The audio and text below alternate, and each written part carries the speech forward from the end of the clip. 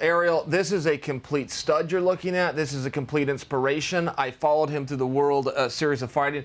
Voice of God there told us this is his second loss ever, but I think it's relevant to say what his only loss was going into this, which is Justin Gaethje, who's one of the most respected fighters ever, and definitely currently within the roster in that division. The point I would like to make to you is I think he had a very hard draw. I think his opponent and the judges did have this one right. Nick Newell did lose that fight to Munoz, but it was still inspiring. And if you'll remember, and I'm going to compare the Contender series to the Ultimate Fighter, I think that's a fair comparison. We have seen the loser and the winner come over plenty of times, including on the first ever season with what's said to be one of the greatest fights of all time in Stephan Bonner and Forrest Griffin. I think there's room for both. And even though it didn't happen last night, I don't know the answer to the question, is this the end of his journey? But I would certainly like to tell you I hope not. And I also think that it's largely up to him and the audience. If the audience comes out and tells Dana White, we love that guy, we want to see him again, Dana's going to listen.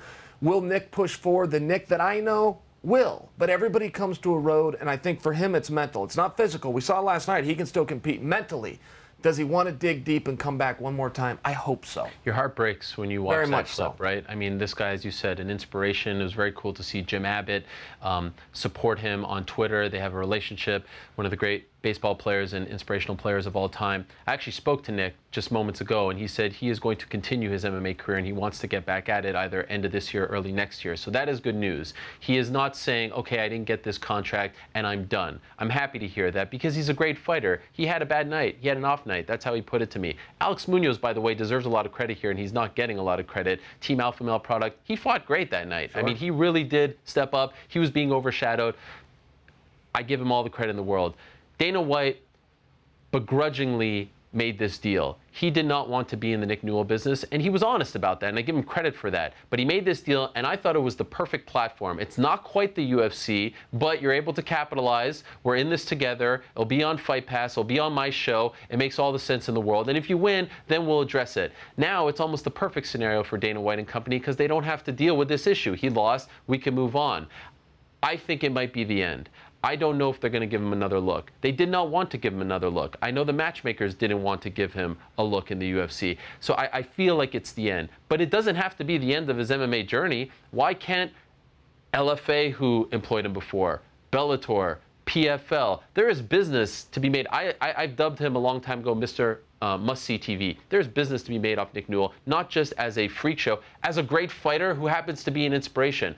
So I hope he doesn't end his journey. I'm glad to hear that as of right now, but I feel like it's the end of his UFC dream. It could be, and I'm starting to feel that a little bit too. I just don't want to help to dictate that. I understand. I'm with you, though, that I do have a personal relationship with him, and I know him a little bit, and if I was to just guess his motivation, how many more times he wants to dig deep, let's give him a couple weeks, but I also feel he may. I just want to remind you, he owns a gym. Yeah. Everybody likes him. This guy could be a commentator. He's a handsome guy. He's well-spoken. He's young.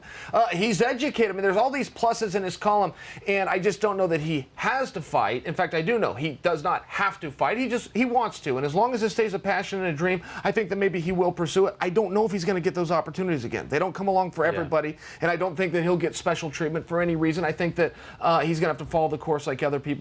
But I would share with you that I can tell you I hope, and the reason I say that is because he is young, because he will get another crack, whether he makes it or not, because I could see him on an Ultimate Fighter, because I could see him even coaching, maybe an assistant coach for somebody else, but his presence and his contributions to MMA, I think he has a lot more rope left, and I hope he uses it. Perfect scenario for the UFC. They get to say, look, we tried, we gave him a shot, it didn't work out. Now he can go, work his way back up. Let me ask you this. At any point in that fight, did you feel uncomfortable? Because that's the big thing. People say, oh, you're changing the channels. You see a guy, congenital amputee, like, is this not good optics? At any point, did you feel like he was unable to intelligently defend himself? No. And I've seen other fights, too. I won't just speak to the one last night. I have commentated live his fights. I mean, I watched him fight Justin Gaethje, just by example, who's an absolute killer. Yes. And, no, he was more than capable of taking care of himself. I don't think Nick Newell lost that fight because he has one arm. I think he lost